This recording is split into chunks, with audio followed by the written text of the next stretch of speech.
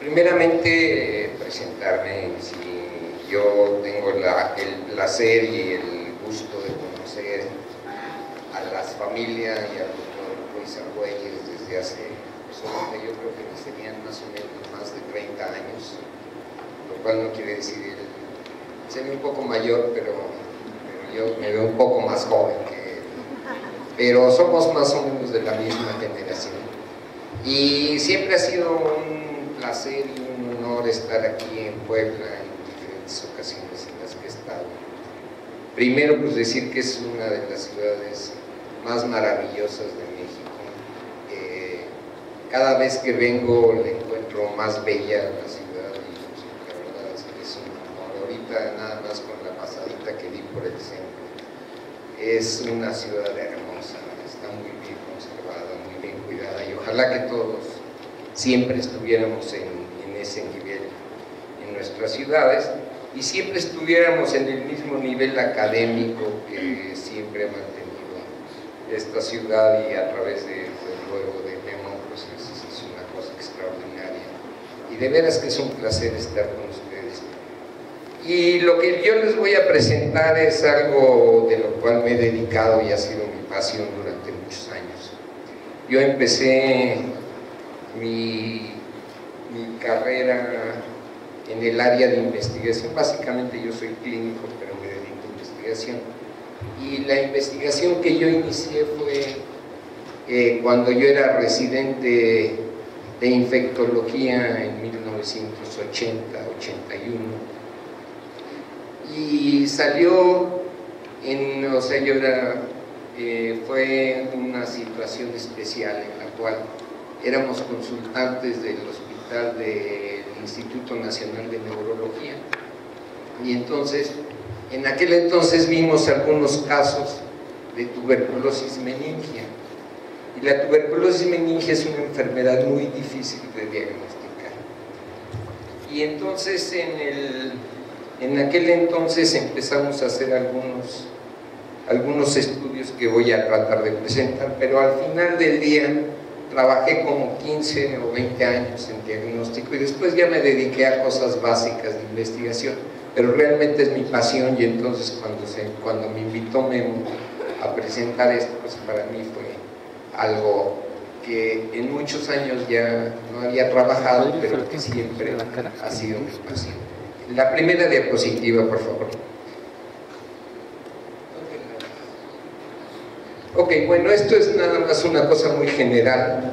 La tuberculosis continúa siendo un problema muy grave de salud pública y abarca muchos países y se calcula que hay alrededor de 8.7 millones de casos de tuberculosis pulmonar activa en el mundo y que se mueren más o menos 1,5 millones de gentes por tuberculosis. Como causa de morbimortalidad probablemente sigue siendo la causa número 1, producida por un agente patológico único. México, la siguiente, se reportó en México alrededor de los 20,000 casos en todas sus formas. Fundamentalmente, y como en cualquier país, la causa más importante de tuberculosis es la pulmonar. Luego sigue la meningia, la ganglionar y otras formas. Y lo que hay que considerar también es que, bueno, en México se detectaron 15,843 casos y la incidencia de tuberculosis anda alrededor del 20 y tantos %, que es intermedia entre la incidencia que tienen los países altamente desarrollados, como serían los países europeos, y en comparación con los países africanos. Pero hay que también considerar que en México existe una gran desigualdad social, no nada más en ciertas zonas, sino que hay áreas muy específicas que se consideran altamente con una incidencia muy alta. Por ejemplo, Chiapas, el estado de Puebla, el estado de Guerrero, tienen incidencias tan altas como los países africanos. Entonces, sí habría que considerar esto que existen áreas muy específicas en las cuales la prevalencia de tuberculosis es bastante más alta que en otras entidades. La siguiente, por favor. Bueno, la otra cosa que es importante es que la tuberculosis es un problema global y por lo tanto ha sido una preocupación muy importante por ejemplo, por la Organización Mundial de la Salud, y se considera que aproximadamente 1/3 de la población mundial está infectada por Mycobacterium tuberculosis. Estamos hablando de alrededor de 3.000 millones de gentes que están infectadas por tuberculosis, que es y el reto realmente para el mundo, para un ser humano, es que en el milenio, digamos en este milenio y alrededor del año 2050, la tuberculosis podría o debería de ser erradicada del mundo. ¿Cuál es la única forma para erradicar una enfermedad infecciosa? Es bueno utilizar la forma óptima, los recursos existentes, y una de las cosas más importantes es mejorar el diagnóstico de la enfermedad, el tratamiento de la enfermedad y el desarrollo potencial de vacunas. No me voy a meter en detalles, pero el reto de tuberculosis, por ejemplo, para vacunas incluye una gran cantidad de problemas inmunológicos, una interacción entre huésped y parásito que se vuelve muy compleja y que ha hecho muy difícil el que realmente se desarrolle una vacuna protectora para la enfermedad. Por ejemplo, el año pasado salió una de las vacunas más prometedoras que se habían desarrollado en los últimos 10 años, se hizo el ensayo, se publicó en Lancet y fue un fracaso absoluto. Entonces, sí se tiene que trabajar mucho en la enfermedad. La siguiente. Y entonces, hablando específicamente de los problemas diagnósticos en tuberculosis, es que en general el diagnóstico clínico de la tuberculosis puede ser incierto, y esto lleva a una mayor morbilidad y mortalidad. En muchos casos hay sobrediagnóstico con tratamientos innecesarios, y eso, por ejemplo, en el caso de patología clínica es sumamente frecuente ver pacientes que se nos refieren en la clínica, los infectólogos, con vaciloscopías positivas en orina, y se les dice tiene tuberculosis, cuando la gran mayoría de ellos no tienen tuberculosis renal o tuberculosis urinaria. El diagnóstico se hace simplemente con vaciloscopías, no se llevan a cabo adecuadamente los cultivos o otros métodos que pudieran dar el diagnóstico. Hay un retardo en el diagnóstico, y este retardo en el diagnóstico lleva a dos consecuencias: uno, una mayor mortalidad, y también en algunas formas el desarrollo de resistencia de la micobacteria.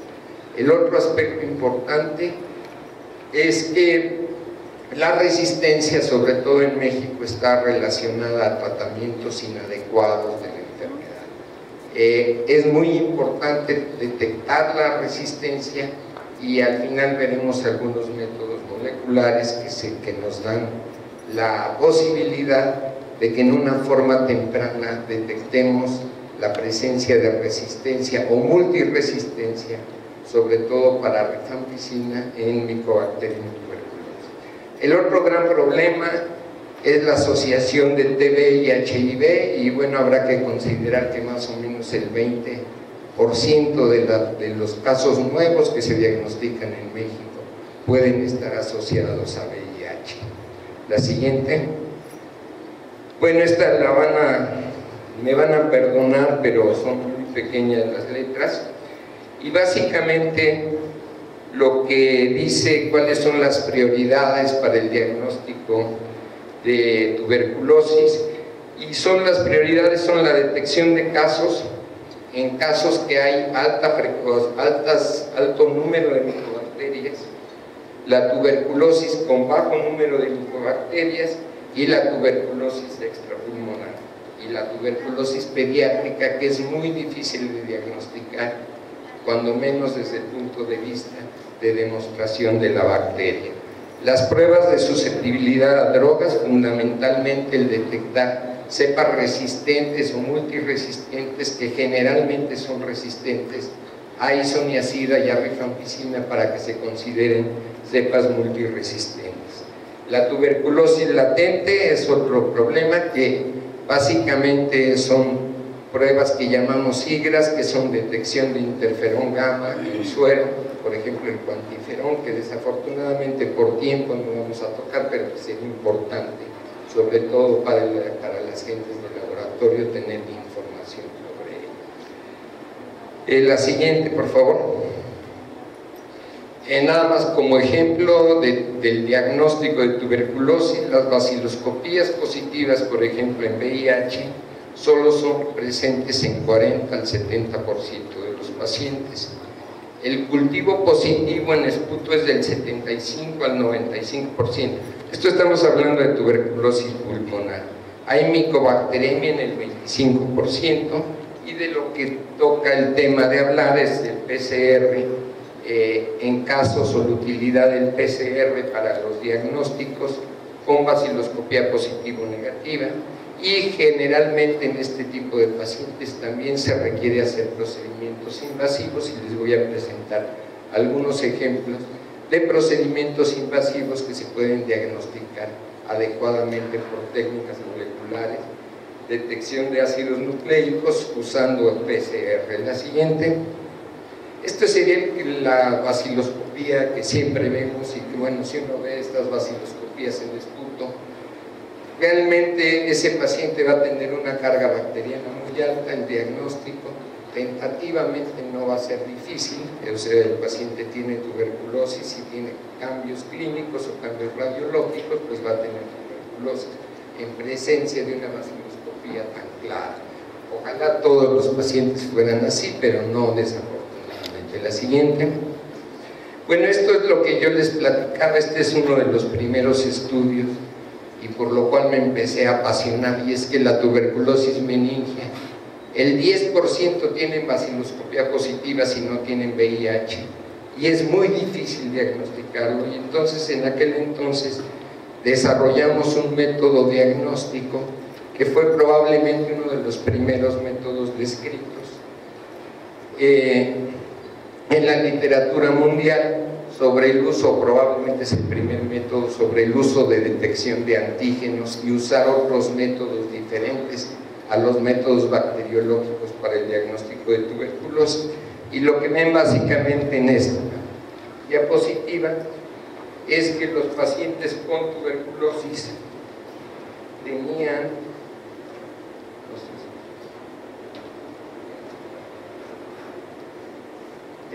presencia de antígeno en la parte, la segunda columna.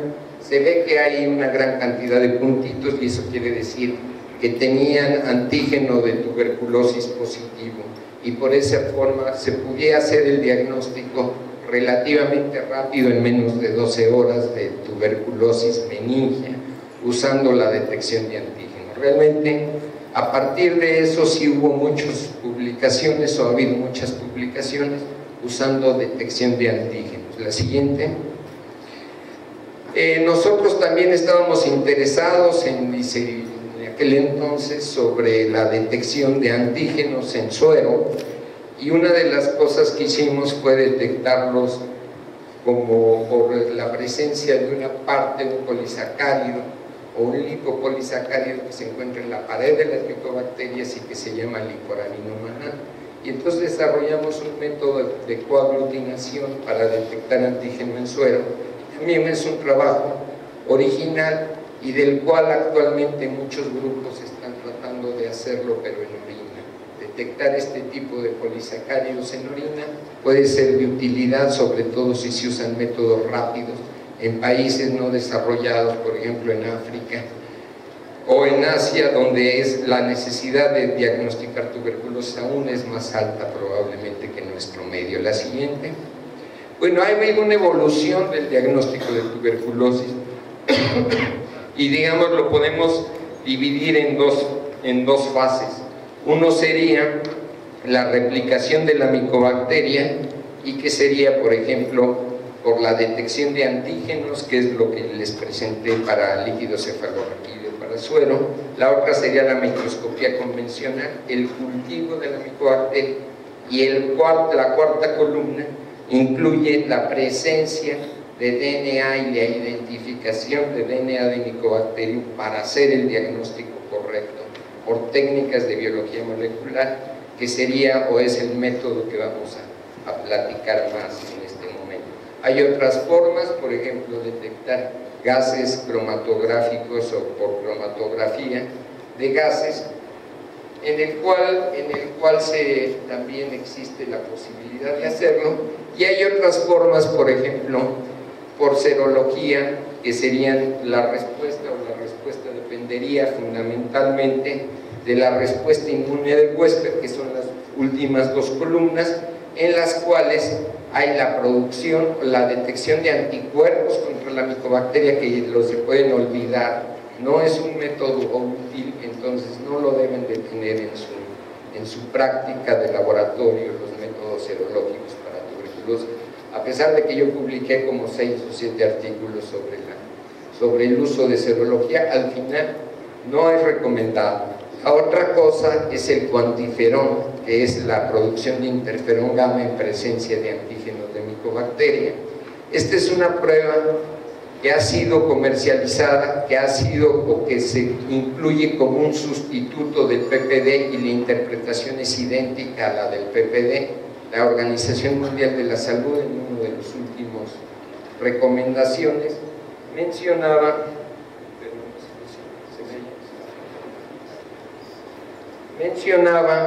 que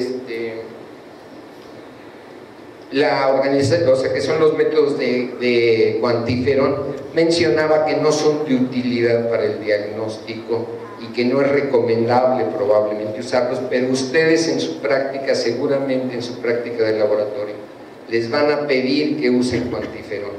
La interpretación final del cuantiferón es lo mismo o muy similar a la que puede tener una prueba de tuberculina. Es un paciente que tiene tuberculosis latente, si tiene una prueba positiva, y si tiene una prueba negativa, no ha estado en contacto con micobacteria, pero tiene la misma interpretación que sería la de un PPD. La siguiente. Bueno, esto lo que quiere decir es que cualquier nueva tecnología, sobre todo en laboratorio, tiene que tener una serie de muchos pasos para realmente confirmar que es de utilidad. Y estos pasos generalmente incluyen metodologías complejas, estadísticas, un número suficiente de casos y una calidad de laboratorio que lleve a que la prueba sea eficiente, que tenga sensibilidad, especificidad y valor predictivo positivo o negativo. Pero no es tan fácil decir, yo desarrollé una prueba y ya esta es la prueba diagnóstica. Aún cuando esté comercializada, muchas de las pruebas diagnósticas no han pasado por todo este procedimiento, que es un procedimiento complejo. La siguiente.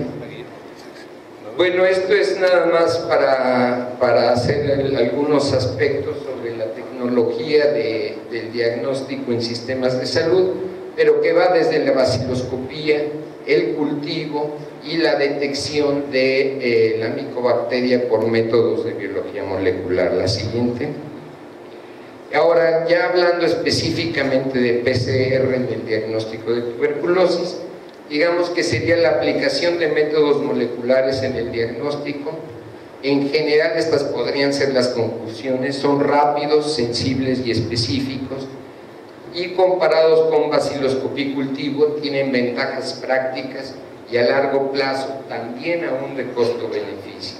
La ventaja también es que tienen equipos automatizados actualmente. La siguiente. El método de PCR es un método que, bueno, pues yo creo que todos ustedes están familiarizados. Es uno de los métodos que ha cambiado la investigación biomédica en los últimos 15 años, y es un método que no sé, creo que sí, el creador o el desarrollador de este método es premio Nobel de medicina o de química. Y es en relación con esto, porque nos ha cambiado todas las posibilidades de desarrollo de genética, genómica, proteómica, la detección de respuestas diferentes inmunológicas, respuestas para el desarrollo de métodos diagnósticos tanto en enfermedades infecciosas como en enfermedades oncológicas, la identificación de genes y la genética humana se desarrolla a partir de este tipo de técnicas de PCR, que fundamentalmente lo que quiere decir es que esta técnica a partir del DNA existe un proceso de desnaturalización in vitro, digamos, del DNA, y después hay un acoplamiento de DNA que está, o de primers que se encuentran en el medio, que finalmente con una Taq polimerasa permiten que se duplique ese DNA, y al final de un fragmento de DNA amplificamos y a través de esto amplificamos gran cantidad o un pequeño DNA en una gran cantidad de DNA copia que es posible identificar, ya sea por electroforesis o bien si tienen marcas esos probes, o se usan probes por métodos que son métodos físico-químicos o métodos también de inmunodetección, que finalmente dan una prueba positiva o negativa, pero si hay presencia del DNA va a amplificarse y va a dar una prueba positiva con una curva que se compara con los estándares cero, y finalmente se puede identificar que este fragmento estaba presente en la muestra original, y esto es lo que se denomina como reacción en polimerasa en cadena o PCR. La siguiente. Esto es un estudio que nosotros hicimos hace muchos años, que finalmente lo ven aquí, pero que no lo publicamos, pero que en lo que evaluamos en este estudio con PCR fue esencialmente identificar en el esputo la micobacteria o la presencia de DNA de Mycobacterium tuberculosis y la presencia del bacilo, y esta es la muestra, y esto es lo que finalmente encontramos en el esputo y que se identifica aquí en este gel, y lo cual ya está, dice que la prueba es positiva y que estos pacientes efectivamente tenían tuberculosis pulmonar. Aquí están más o menos los valores, no los alcanzo a ver pero digamos que la sensibilidad andaba alrededor del 90% y la especificidad cercana al 100% con altos niveles predictivos positivos y negativos. La siguiente, esto también lo hicimos en tejido, y en el tejido lo que nosotros estábamos interesados en aquel entonces como un estudio clínico era ver pacientes con hepatitis granulomatosa. La hepatitis granulomatosa es una entidad muy amplia y es producida por muchos microorganismos, incluyendo histoplasma, otro tipo de hongos, brucela, aún ciertas neoplasias, por ejemplo los linfomas se pueden manifestar como hepatitis granulomatosa. Entonces siempre es un reto diagnóstico, y entonces nosotros aplicamos en este tejido la técnica de PCR, y detectamos, y aquí están las pruebas positivas de ese tejido, y lo que detectamos fue que alrededor del 50% de las pruebas de hepatitis granulomatosas eran positivas para Mycobacterium tuberculosis, y el otro 50% de casos en una mezcla de muchas enfermedades, incluyendo en un buen porcentaje, en el 20%, una cosa que llamamos hepatitis granulomatosa idiopática o inespecífica, que se asocia a fiebre de origen desconocido. Pero esta es una de las formas de la utilidad del PCR para el diagnóstico de tuberculosis. Este es el PCR convencional, y la siguiente, lo que vamos a hablar ahora es del desarrollo de diferentes métodos automatizados para la aplicación de PCR para el diagnóstico de tuberculosis. Estos eran los métodos comerciales hasta 2008 que se podían conseguir, y que incluyen alrededor de 6 o 7 diferentes compañías que producían o que producen reactivos para la detección de Mycobacterium tuberculosis por PCR, pero que ninguno de estos es automatizado, y lo que realmente ha transformado el diagnóstico actual de tuberculosis en el mundo y de muchas enfermedades infecciosas es cuando se han desarrollado los métodos automatizados para el diagnóstico, porque permiten muchas ventajas, están estandarizados, ya vienen en forma definida, no permiten la contaminación de la muestra, y como lo van a ver la siguiente, tiene ventajas muy importantes. Y entonces, por ejemplo, para tuberculosis, en general se llaman Gene Experts, pero el término actual es Expert, y este es para Mycobacterium tuberculosis y rifampicina, y es un sistema semi-cuantitativo de PCR en tiempo real, usado para la detección de DNA del complejo de Mycobacterium tuberculosis.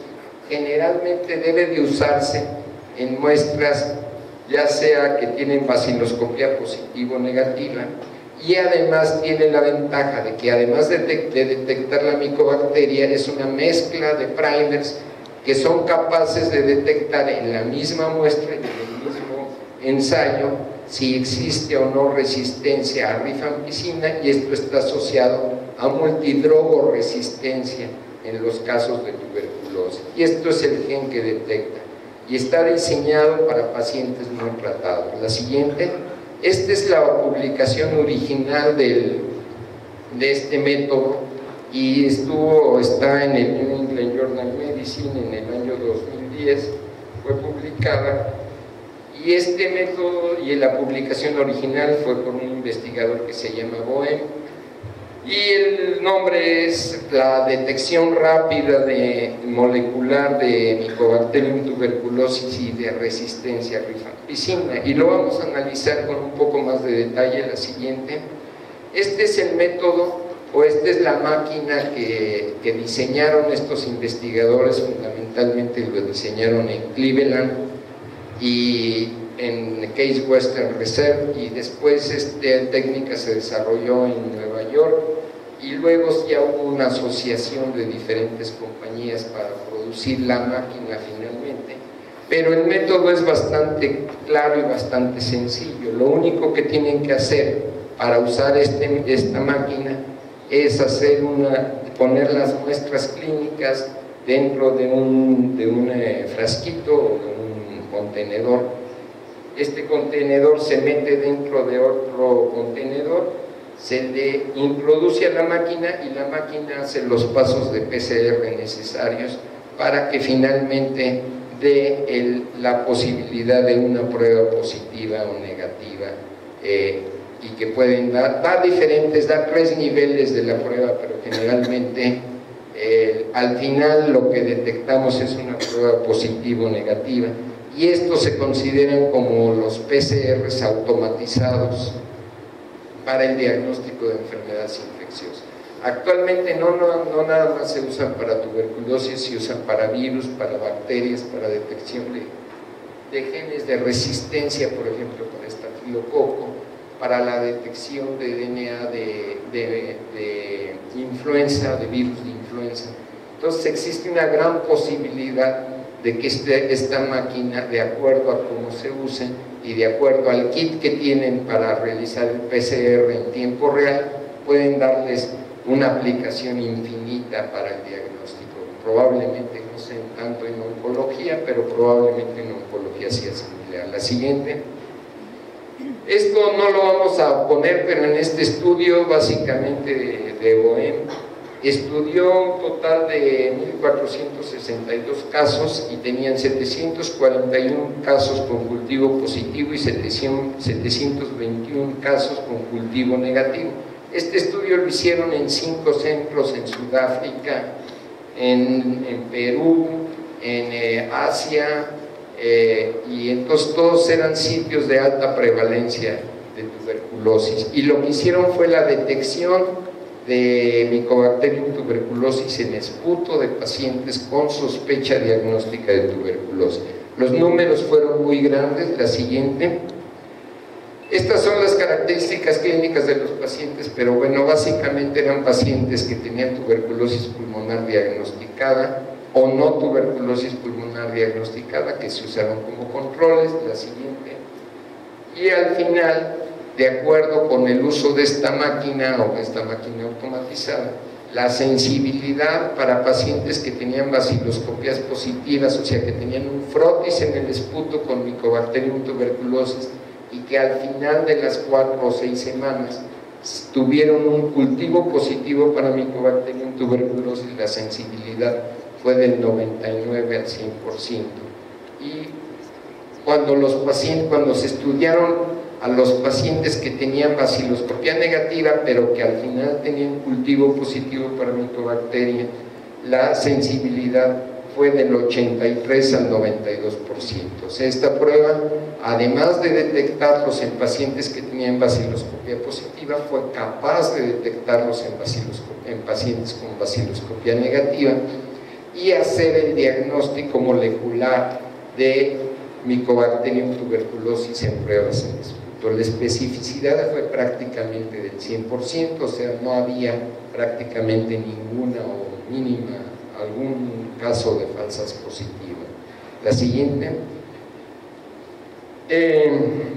Esto nada más es para que en ese estudio también se hizo este método automatizado, además de detectar el DNA de la micobacteria, detecta el gen que le produce resistencia para rifampicina y la detección de resistencia en un número muy limitado, por ejemplo, no sé, fueron alrededor de 40 casos de tuberculosis multiresistente que en esa serie de 1800 casos tuvieron.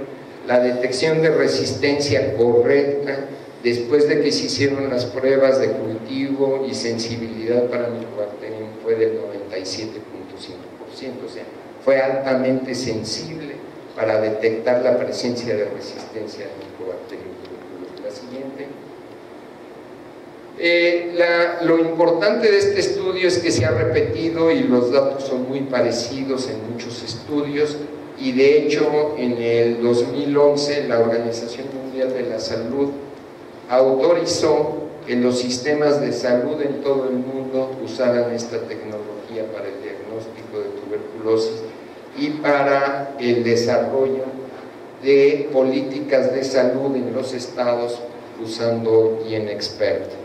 Entonces es muy importante el conocerlo. La disponibilidad en la práctica es diferente, pero se supone que de acuerdo a las políticas públicas, todos los países deben de tener la disponibilidad en el nivel de segundo nivel para usar GeneXpert y hacer el diagnóstico rápido de tuberculosis y darle tratamiento a los pacientes en base a esta prueba, no esperar los cultivos. La prueba básicamente tiene que usar esputo fresco y aquí están algunas de las características clínicas. La siguiente. Y esto es una experiencia que no es una experiencia propia, pero sí es una experiencia de mi institución, que es el doctor Gustavo Reyes Terán, tiene un centro de enfermedades infecciosas en el INER y ha trabajado durante más o menos alrededor de 2 o 3 años usando el GeneXpert, y estos son más o menos los números que tienen en la experiencia de la institución en donde yo trabajo, en el INER, y se han probado alrededor de 1793 muestras por GeneXpert para M tuberculosis y GeneXpert para M tuberculosis, y han habido una positividad del 14.7%. Ellos lo usaron también para influenza y también para la detección de Staphylococcus aureus resistente a meticilina, pero fundamentalmente es una prueba que ya es el grupo que es el grupo del doctor Reyes Terán trabaja fundamentalmente con pacientes con VIH y esto lo usa para la detección y el diagnóstico de tuberculosis pulmonar o extrapulmonar en pacientes con virus de inmunodeficiencia humana. El análisis todavía no lo tiene completo, pero esperemos que pronto. Pero sí es un método que ya se está usando realmente en la práctica clínica, cuando menos en nuestra institución. La siguiente. El método no nada más actualmente se usa para la detección de tuberculosis pulmonar, sino que es un adelanto importante para tuberculosis extrapulmonar. Y se puede usar en diferentes líquidos, por ejemplo, lo que yo hacía de líquido cefalorraquídeo, por ejemplo, aquí se han estudiado 82 casos, que tienen alrededor del 20% positivos, y muchos otros casos en lavados bronquioalveolares, es un número alto, en esputo, pero todo esto es en pacientes fundamentalmente con infección por virus de inmunodeficiencia, y realmente se tiene una buena experiencia, no nada más para el diagnóstico en esputo, sino también se pueden hacer los diagnósticos de meningitis. Actualmente en líquido pleural se usa en orina con mucho menos utilidad, digamos, pero es un método que se está explorando en diferentes tipos de tuberculosis extrapulmonar. La siguiente. Este es un estudio que el grupo del doctor Reyes Terán acaba de publicar y que fundamentalmente usando el GeneXpert el GeneXpert de PCR para diagnóstico de tuberculosis, y él usó una población fundamentalmente de linfadenitis en pacientes de linfadenitis cervical en pacientes con infección por VIH, y en general es un estudio que lleva muchos pasos, pero finalmente seleccionaron alrededor de 20 pacientes que tenían tuberculosis en ganglios cervicales, y la sensibilidad y la especificidad del GeneXpert para el diagnóstico de tuberculosis en ganglios cervicales en pacientes con VIH fue del 100%, con una especificidad del 100%. Entonces es un método muy útil para el diagnóstico también de casos complejos, por ejemplo en pacientes con VIH. La siguiente.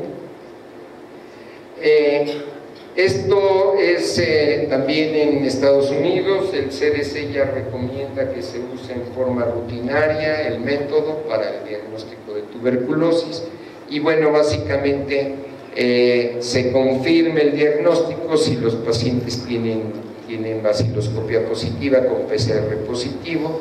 Habría que tener cuidado si tienen baciloscopias negativas con PCR positivo. Y finalmente, lo más importante es que la ventaja de este método es que los resultados están en 2 horas, ¿sí?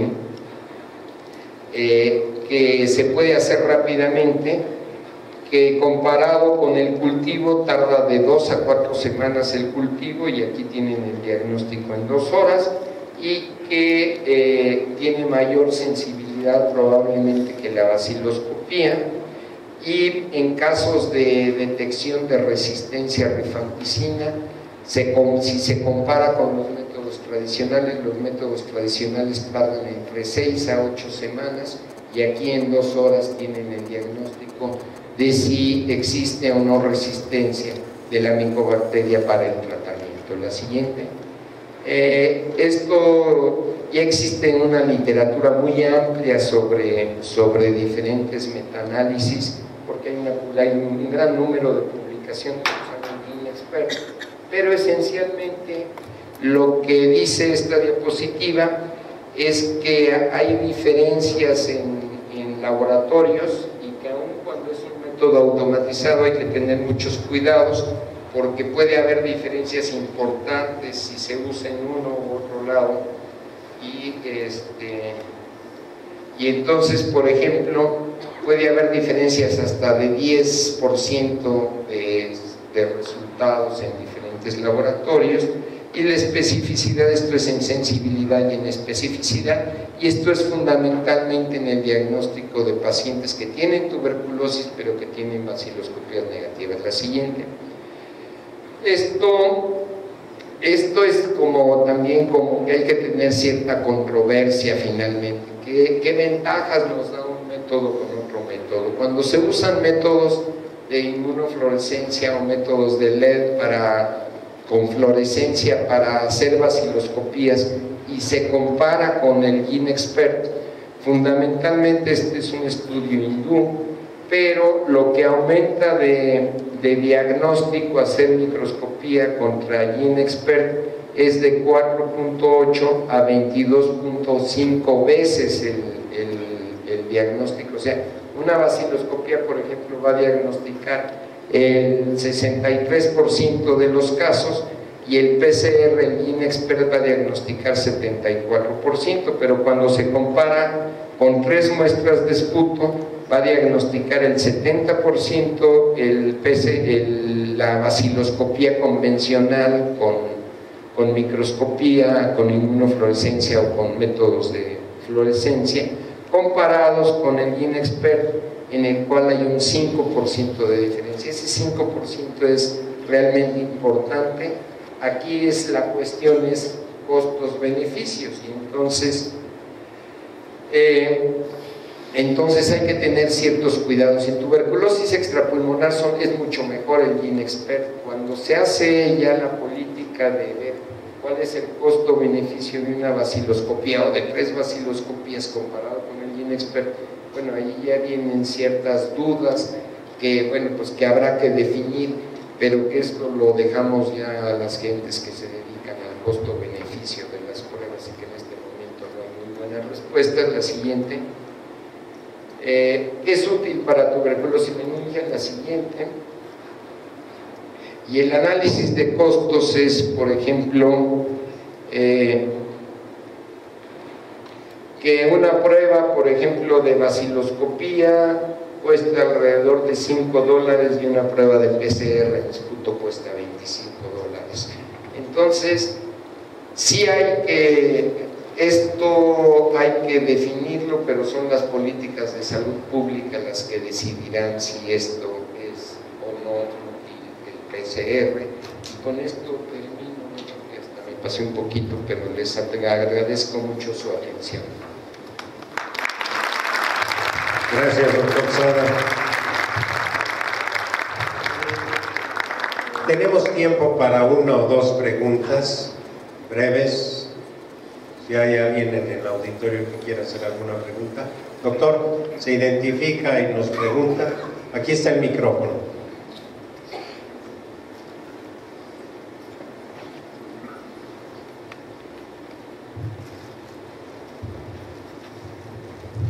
Sí, bueno, buenos días.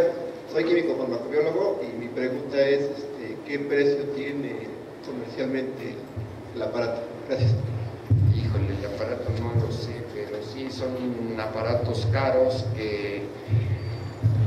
Ay, es que esa información, yo creo que si le preguntas a Gustavo, que viene en un ratito a dar una plática, Gustavo Reyes Terán, probablemente él tenga el costo de la máquina, y generalmente se puede manejar o como dato o comprar la máquina, pero yo creo que estas máquinas, como todo, las televisiones eran muy caras y luego son más baratas, y o sea, por ejemplo, los citómetros de flujo pues eran muy caros y ahora son más económicos, y entonces sobre los microscopios, cualquier tecnología que se aplica va a tender a bajar de precio de acuerdo a la aplicación. Entonces yo creo que estos métodos dentro de 10 años van a ser, o tal vez menos, dentro de 5 años los van a tener disponibles en sus laboratorios, no nada más para M tuberculosis, sino que tiende la bacteriología y todo